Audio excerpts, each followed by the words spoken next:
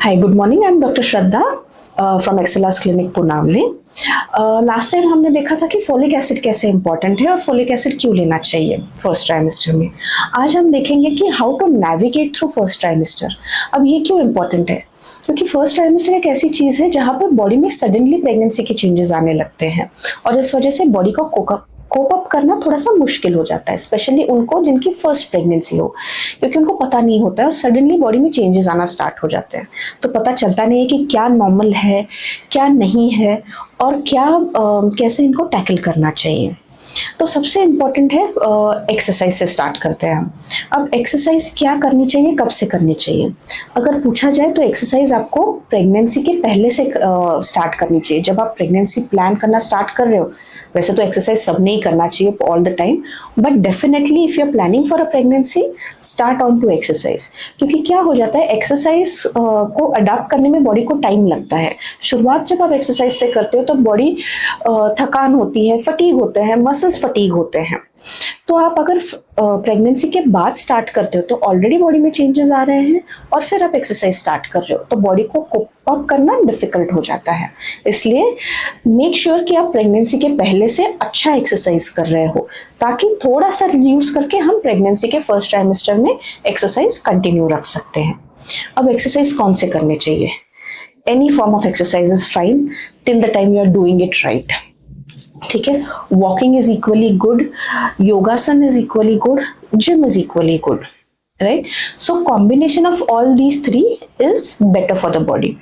Walking से आपके cardio exercise होती है, हार्ट की एक्सरसाइज होती है।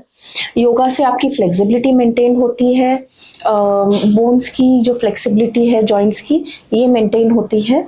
और जिम से जो है मसल डेवलप हो जाते हैं और मसल्स जो है आपके बॉडी के वेट को काउंटर करने में हेल्प करते हैं। सेकेंडली, मसल डेवलपमेंट से जो इंसुलिन रेजिस्टेंस प्रेगनेंसी में डेवलप हो सकता है वो भी थोड़ा सा काउंटर कर सकते हैं। अब इंसुलिन रेजिस्टेंस मतलब क्या होता है? बेसिकली जिनके शुगर्स बढ़ते हैं प्रेगनेंसी में, डायबिटीज होता है प्रेगनेंसी का, इनमें ये जो जिम वाला एक्सरसाइज है ये काफी हद तक हेल्प कर सकता है।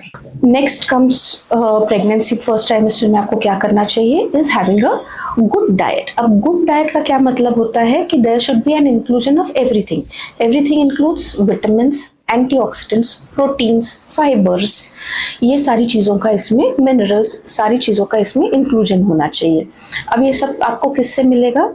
तो आपको प्रोटीन्स मिल सकता है soya chunks, soya nuggets, paneer, tofu, जो पल्सेस होती है जैसे चने की दाल, तुअर की दाल, जो दालें होती हैं इसमें से आपको प्रोटीन्स मिल सकता है।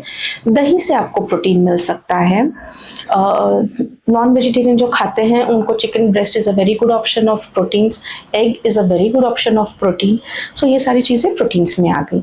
अब विटामिन और एंटीऑक्सीडेंट्स किससे मिल सकते हैं? विटामिन और एंटीऑक्सीडेंट्स आपको सिर्फ और सिर्फ फ्रेश रॉ फूड से मिल सकते हैं। कुक्ड फूड में आपको ये चीज़ें नहीं मिलेंगी।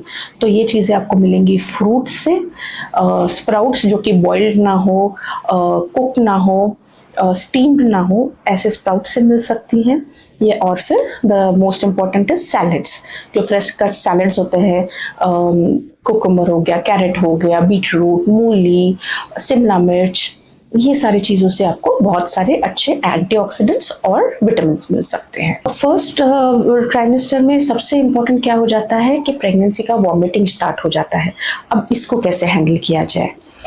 सबसे अच्छी बात है कि ये जानना ज़रूरी है कि ये जो फर्स्ट प्रेगनेंसी ट्राइमेस्टर का वॉमिटिंग है that is going to last only up to 3 months। इसके बाद ये सब कम होने वाला है, राइट? इसके बाद भूख लगना शुरू होने वाली है और तब आप आराम से खा सकते हो। बट जब ये फर्स्ट ट्राइमेस्टर में हो रहा है तो आप क्या कर सकते हैं? तो फर्स्ट एंड फॉरमोस्ट इज, ये जो सुबह के टाइम आपको बहुत ज़्यादा नौशिया हो रहा है, एक फ्रेश एयर की वॉक आपको बहुत ज़्यादा हेल्प कर सकती है। सो एक सुबह और शाम की फ्रेश एयर की walk is very helpful. Secondly, सुबह उठते से ही 2 घंटे तक आप कुछ लिक्विड मत लो, जैसे कि पानी, चाय, दूध, कॉफ़ी, ये सारी चीज़ें जो है ये फर्स्ट 2 आवर्स के लिए आप उठते से ही अवॉइड करो। थोड़ा सा हैवी आपको भूख लगती है तो आप एक टोस्ट या रस्क या मारी बिस्किट या फिर थोड़ा सा हैवी नाश्ता जो है वो स्मॉल क्वांटिटी में ले सकते हो। इसके बाद आप मेडिसिन लेके 2 घंटे बाद आप लिक्विड्स का सेवन स्टार्ट कर सकते हो, जिससे वॉमिटिंग का जो प्रमाण है वो कम हो सकता है।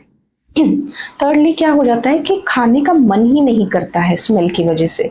सो अवॉइड स्ट्रॉन्ग स्मेल फूड, जैसे फिश हो गया, एग्स हो गए, ये सारी चीजें जो है ये फर्स्ट ट्राइमेस्टर में आप अवॉइड करो। तो इससे क्या है, ट्रिगर जो है नौशिया का वो कम हो जाता है। ठीक है, अब इसके बाद खाने में क्या कर सकते हैं? खाने में आप ज्यादा से ज्यादा फ्रूट्स लो जिनको स्मेल्स नहीं होते हैं, या फिर आप ले सकते हो संतरे, मौसमी, जिसको हल्की सी मीठी और खट्टी स्मेल होती है जो अच्छी लगती है प्रेगनेंसी में, ये खा सकते हो आप। और ये इससे आपको कैलोरीज भी अच्छी मिल जाती है और ये इससे आपको एनर्जी भी अच्छी रह जाती है।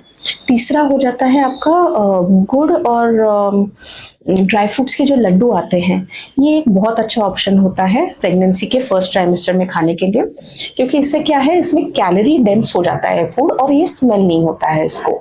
तो कैलोरी डेंस, अगर आप एक लड्डू खा लिए ड्राई फ्रूट का जिसमें घी डला हुआ होता है, गुड़ डला हुआ होता है या अंजीर डले हुए होते हैं, एक लड्डू खा लिया तो it gives an equivalent calories to almost 3 rotis. तो आप ये लड्डू खा सकते हैं, जो स्मॉल ब्रेक्स में आप 2-3 घंटे के 4-5 घंटे के अंतर में एक एक लड्डू खा सकते हैं। सो कैलोरीज भी दिन भर की पूरी हो जाती है, वीकनेस भी नहीं आता है और वॉमिटिंग का चांसेस भी थोड़ा सा कम हो जाता है। The second good option is मूंगफली गुड़ के Laddu. So this is again a very calorie dense protein rich food जो आप खा सकते हो, जिसको स्मॉल क्वांटिटी में खा के भी आप अपना कैलोरी का कोटा जो है दिन भर का पूरा कर सकते हैं। थर्ड इज लेमन वाटर, नींबू शरबत, जिसमें अगेन थोड़ी सी हल्की सी खटास और मीठापन आ जाता है। नींबू पानी से आपका कैलोरी भी ठीक हो जाता है, हाइड्रेशन भी मेंटेन होता है और आपका नौशिया भी कम हो जाता है। और तीसरा एक स्मॉल टिप है, अदरक के छोटे टुकड़े कीजिएगा, very small pieces, like 2-3 millimetre का पीस बना के। जब भी आपको लगे कि बहुत तेज मुंह से स्मेल आ रही है और वॉमिटिंग होने वाला है, तो उसको नमक में घोल के और अपने दांतों के नीचे रख दीजिएगा, तो वो सेंसेशन जो है वो थोड़ी देर के लिए तुरंत कम हो जाता है। बहुत ज्यादा अदरक नहीं खाइएगा, एसिडिटी हो जाएगी, बट हाँ स्मॉल क्वांटिटीज में कभी जब बहुत ज्यादा एकदम नॉशिएटिंग फील होने लगता है तो आप ये छोटा सा ट्रिक यूज कर सकते हैं। Thank you.